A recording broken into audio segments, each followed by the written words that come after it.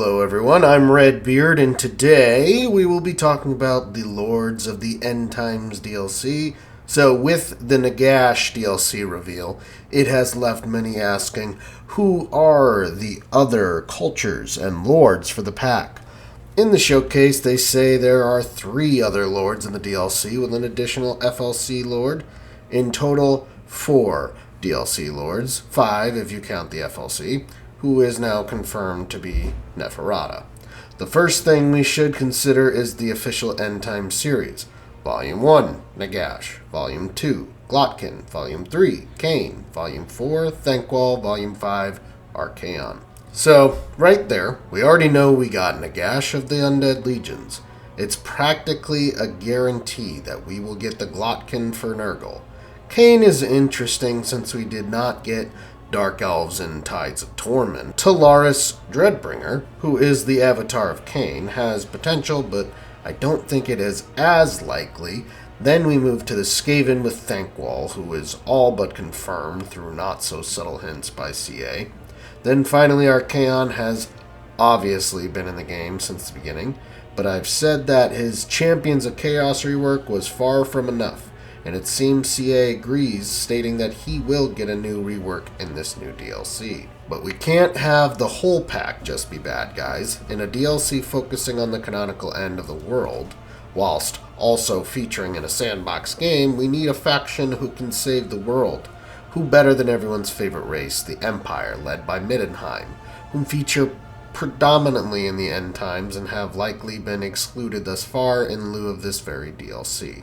Now, CA has always said Boris Todbringer will have his day in the game. Many, including myself, believed he would be an FLC Lord since he's already in the game technically, and is basically knockoff brand Karl Franz.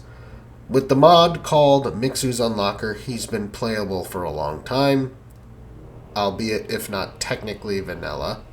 But with Neferata as the FLC, it worries me that CA may shortchange us and make Boris the DLC Lord.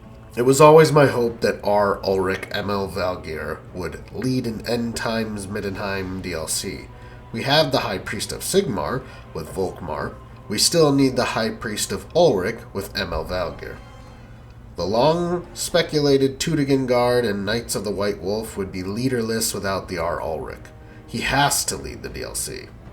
Unless the idea is for each of these DLC lords to have their own mega faction. I could easily say the same thing for the Glotkin, that I would rather have Gutrot Spume as leader of the Plague Fleet because it's much more organic to think of compelling mechanics for his faction. But what if all of these DLC Lords of the End Times have their own suite of legendary or pseudo-legendary lords and heroes? Each faction's suite of characters, such as Nagash's Mortarks, deserve their own dedicated video, so for today I'll just talk about Nurgle, as I've already discussed all of these characters previously. Gutrot Spume has always been the more interesting to me over the Glotkin as a lord of his own faction. The Glotkin have no obvious mechanics besides Smash Middenheim. They co-led the Nurgle invasion with Gutrot Spume and the Magath Riders. Without Gutrot's Plague Fleet, they wouldn't have been able to cross the Sea of Claws. Without Blow Brotspawn, they would be lacking their strongest warriors, the Putrid Blight Kings. Besides having a cooler model and being prophesied to bring about the fall of the Empire, the Glotkin seem to be a less pivotal leader than the aforementioned. I mean, Gutrot Spume could lead the Dragonbone Plague Fleet with sea-based horde, movement, and attack mechanics, similar to the new Sea Lord Aeslin. But what if we could have our cake and eat it too, so to speak? If the Glotkin have a similar mechanic to Nagash's Mortarks, but instead the Glotkin are gathering a great plague host, part of that being Gutrot Spume and his Plague Fleet. He would keep all the sea-based mechanics, they would just be exclusive to his army, or perhaps lend some sea-based buffs to allies locally, or even faction-wide. Eogric the Vile is Gutrot's chief executioner, but perhaps could also be a hero in this suite of characters. Then there's the Magath Riders. Their leader and most physically capable, Orgoth's Demon Spew, Below Brotspawn, who is the lord of the demon flies who birthed the putrid Blight Kings, and lastly, Morbid X Twiceborn, who leads a host of Nurglings.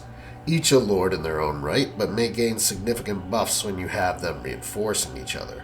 But that only gives us 4 or 5 characters next to Nagash's 9 to 12 Martarks. There is Valnir the Reaper. I think he would be a good legendary hero for all Nurgle, Warriors of Chaos, and Norska factions. There are 4 named Greater Unclean Ones, who even have art in the End Times publications, being Bolragoth, Guragath, Pusrignant, and Scrofalux. All that being said, I believe there are enough named characters for each faction to justify a mega faction full of characters, thus also justifying the claim of this being the biggest DLC in the trilogy. So the image on screen should about lay out what my hopes are from what they've told us. The top row is the DLC Lord, the bottom row is their lieutenants represented by the foremost of such. CA have stated that Archaon, who is obviously already in the game, is getting an FLC revamp, including a mount more representative of the Everchosen. I've been saying it for years, give Dorgar the ability to transform into a Chimera, especially since the Chimera is now in-game. And of course, much like the other lords in this update, he needs his lieutenants. He just doesn't feel like the Everchosen without them.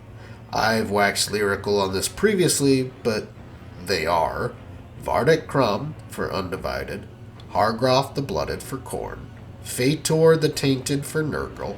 For Tzeentch it would be either Melek the Changer or his son Sispeth, and for Slaanesh we already have Steerkar, so it would likely be Vandred the Majestic. So, to finalize, I think Nagash, Glotkin, Thankwall, and probably Boris are locked in for the DLC Lords. I still think Valgir makes a better DLC Lord, but I digress. Each mega faction has its own suite of characters. Nagash with his Mortarks, Glotkin with their Plague Host, Archaon with his Lieutenants, Thankwall with Vermin Lords and or perhaps the Council of 13, and Toddy with the Cult of Ulrich and or just Middenheim characters in general. In some cases, these characters may be unique to the faction, similar to Tamerkant's Chieftains or Wolfheart's Hunters. In this case, though, some are lords, not just heroes, but also in the case of Nagash and Archaon, they will be able to confederate across races, a feature currently unavailable to any faction without modding. Nagash will be able to confederate across Tomb Kings, Vampire Counts, and Vampire Ghosts. Archaon across all 4 demon races, Warriors, and Norska. But yeah, for every one of the Lords of the End Times, I have separate videos planned for all of them. So stay tuned for that. If you like this video, please like, comment, and subscribe, and we'll see you next time. Bye-bye.